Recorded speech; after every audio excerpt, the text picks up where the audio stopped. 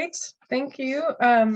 Our last speaker before a quick break is Aaron Martin with the U.S. Fish and Wildlife Service. And Aaron has really been instrumental in elevating the topic of aquatic invasive species statewide and increasing awareness of Alaska invasive species nationally. So thank you to Aaron, and look forward to your talk.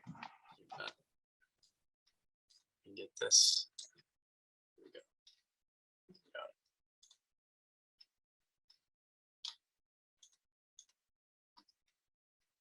Do you see the right screen, Nicole? I do, yep. All right. Thank you, everybody. Thanks for the introduction, Nicole. And it's good to see a lot of familiar names. I'm a regular listener, first time presenter to the symposium, so it's good to be here.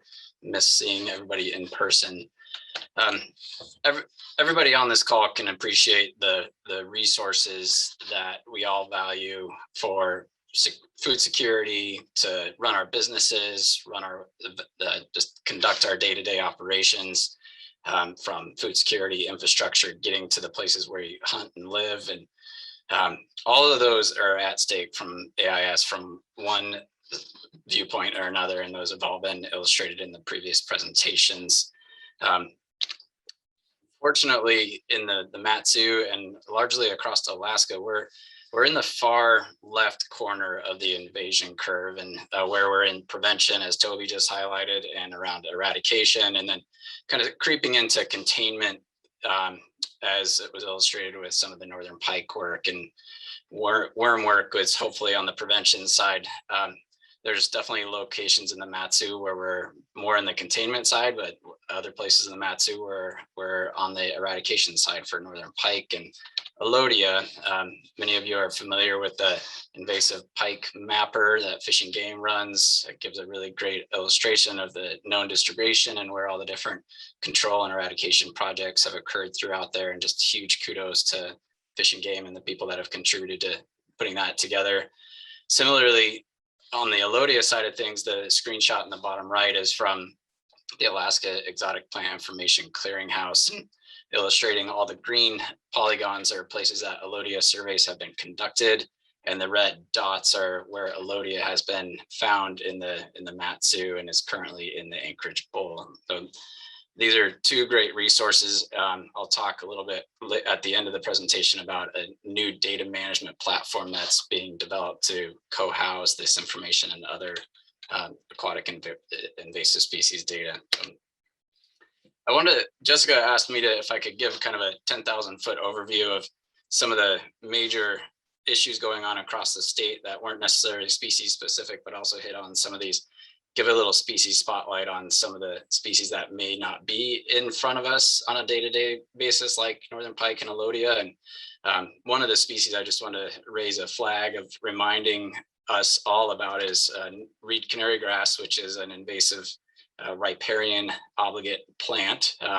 It's found in the Wasilla Palmer area, in the Nancy Lake Wreck area, and up and down Alexander Creek. And the reed canary grass, once it gets introduced, is really, really challenging to get out of because it has a high seed load and it reproduces through rhizomes too. And so as those rhizome root systems expand, they constrict the water, the stream corridor, and can choke it off to impede habitat migration, but also rearing and spawning habitat for our native resident and anadromous species. So there's a couple images to help kind of cue you in on.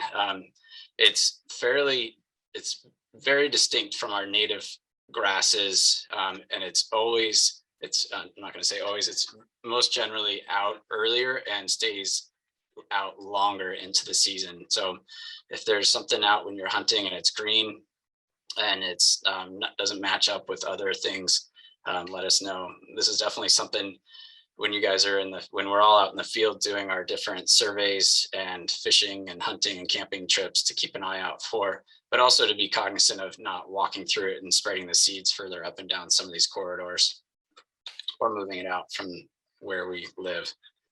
Another species I want to flag for you. Toby hit on it around the zebra mussels, but I want to make sure everybody knew or remembered early this spring in the news, there was a national emergency around aquatic invasive species that hit super close to home. We had zebra mussels for the first time found in Alaska. They were hitchhiking on these aquarium and horticultural moss balls that are being sold at pet stores, but also at garden shops. And we just found some more recently at a rock shop, crystal shop in South Central Alaska. And zebra mussels, as Toby highlighted, they can cause significant ecological and industrial harm, clogging pipes, destroying boating infrastructure. So it was a big deal when we found them in Alaska in the pet stores, but also that we found them in 46 other states throughout the country. These Marimo moss balls were being shipped from the Baltic Sea area, and where zebra mussels and quagga mussels are native. And so these guys were getting free rides across the Atlantic and getting spread all over the United States, even though there was this vast network to maintain and minimize the spread of these guys through boating. So the U.S. Fish and Wildlife Service has been working closely for the last 10 months with the state agencies, but also the industry, to make sure that these moss balls are pulled off shelves, and we're getting a restart on importing clean moss balls from these countries. My ask is that you guys, if you haven't already, check out this Destroy Don't Dump zebra mussel disposal website. It's got guidelines on more information on the problem, but also how to destroy of moss balls if you guys have some, or you know friends and family that do. So clean ones should be coming back into circulation soon. The state of Alaska, quickly, it was awesome to work with Tammy Davis and Dan Coleman with DNR and Fish and Game to put a state quarantine in place. So the moss balls and zebra mussels, quagga mussels, Asian clams, and a few other species were put on a quarantine, so they should not be sold in Alaska anymore. So huge kudos to everybody that helped across the statewide partnership to help with outreach and connecting with retailers. Another species spotlight that's not in the Mat-Su yet, and hopefully it stays contained to Kodiak, but I just wanted to raise a flag of caution and a case study of what can happen when we're not leaning into the prevention side of invasive species management. Early 2000s, signal crayfish somehow or another got introduced into the Buskin watershed of Kodiak, which is a major subsistence fishery and the drinking water source for the U.S. Coast Guard base there. Signal crayfish are known in their native range to feed on salmon eggs and cause population level effects where they've been introduced outside of their native range. They've been slowly expanding their densities and distribution throughout the Buskin watershed and are becoming pretty well established there. There's becoming quite a prolific fishery there to try and control the population the best we can until it can be eradicated.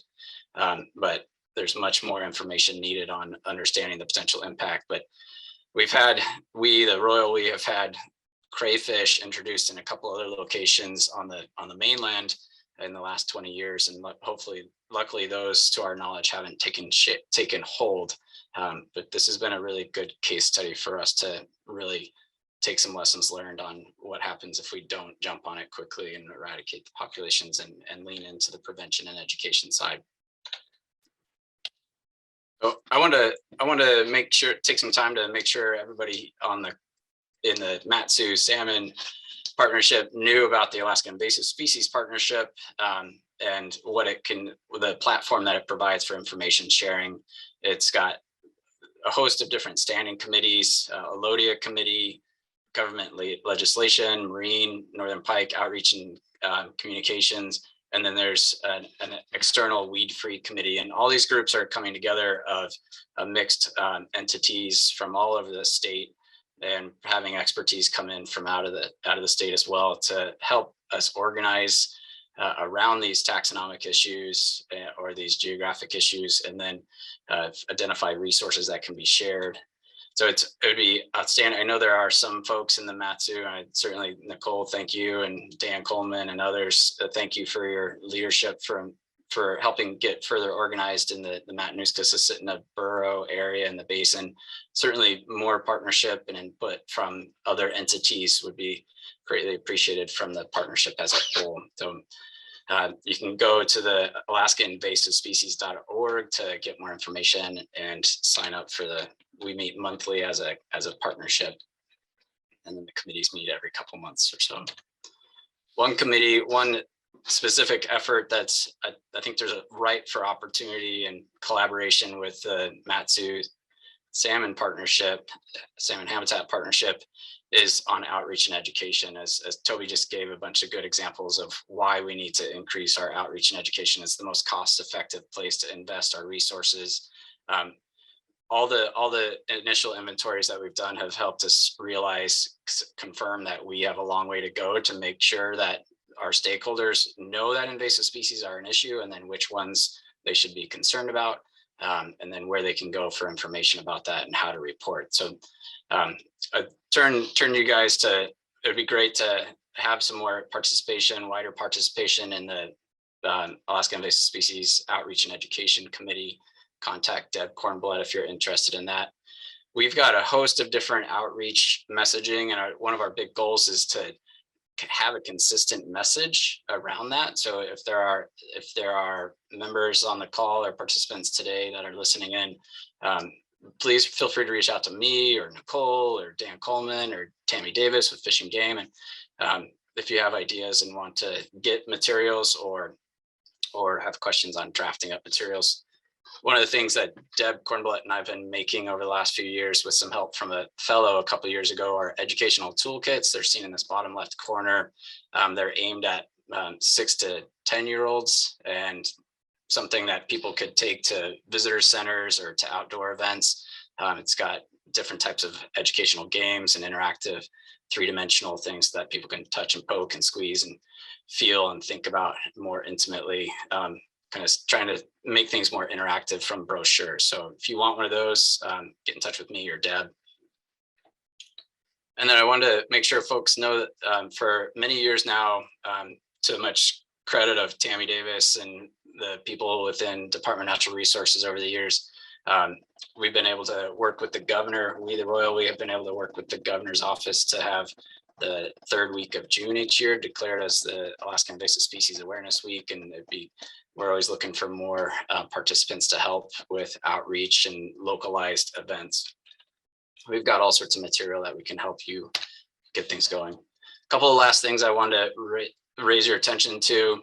There's a opportunity to have there's a House bill in place, HB 54, that Representative Tarr is putting forward, sponsored through the House Fisheries Committee. To, if it goes through, it would establish an invasive species council and a decal, kind of like Toby referenced in the previous discussion, that would help support management efforts. So be on the lookout for that.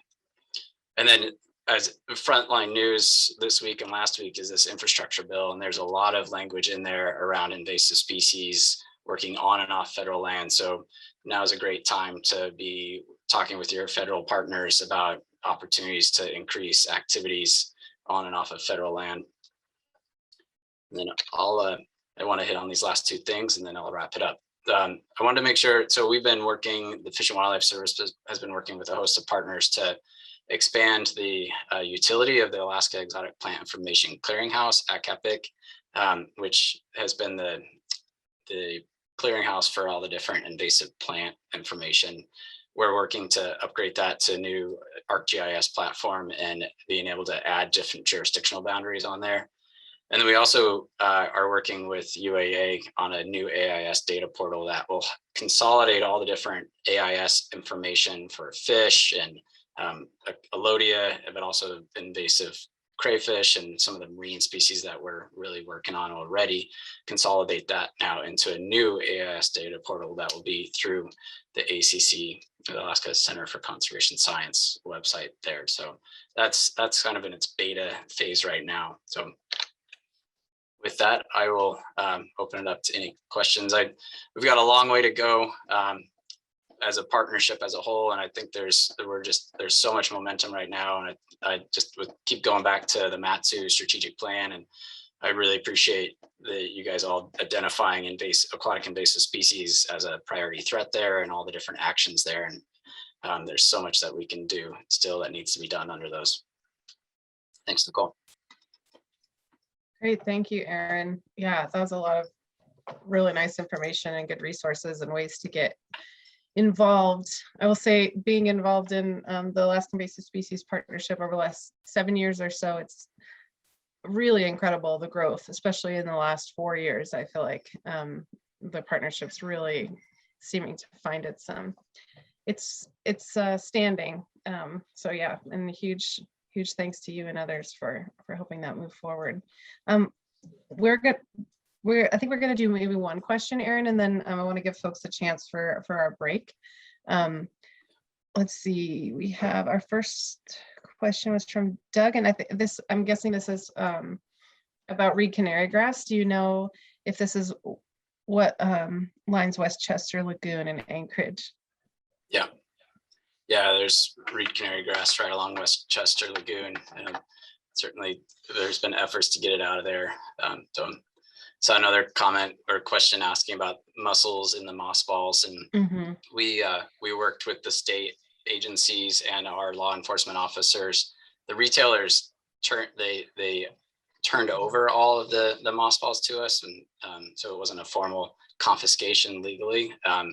So we went through a large number of those and sorted them out, and we have all those samples. And yeah, there were definitely live mussels, but also dead mussels, and these things are being shipped from the Eastern European bloc in these giant vats, like pickle barrel more or less, and then sorted out by distributors and then sent out. And so there's definitely dead mussels being moved around, but also very healthy ones too. So and the unfortunate piece is there's veligers, the microscopic zooplankton phase of mussels that we can't see, that are free floating in the water or free floating or stuck around in the moss balls too. So, and they're just used for ornamental stuff. People have them on their desks or in their window, and they watch them grow, and they help. They're also like habitat. They're also called shrimp buddies for aquariums, to give a little floating structure for aquarium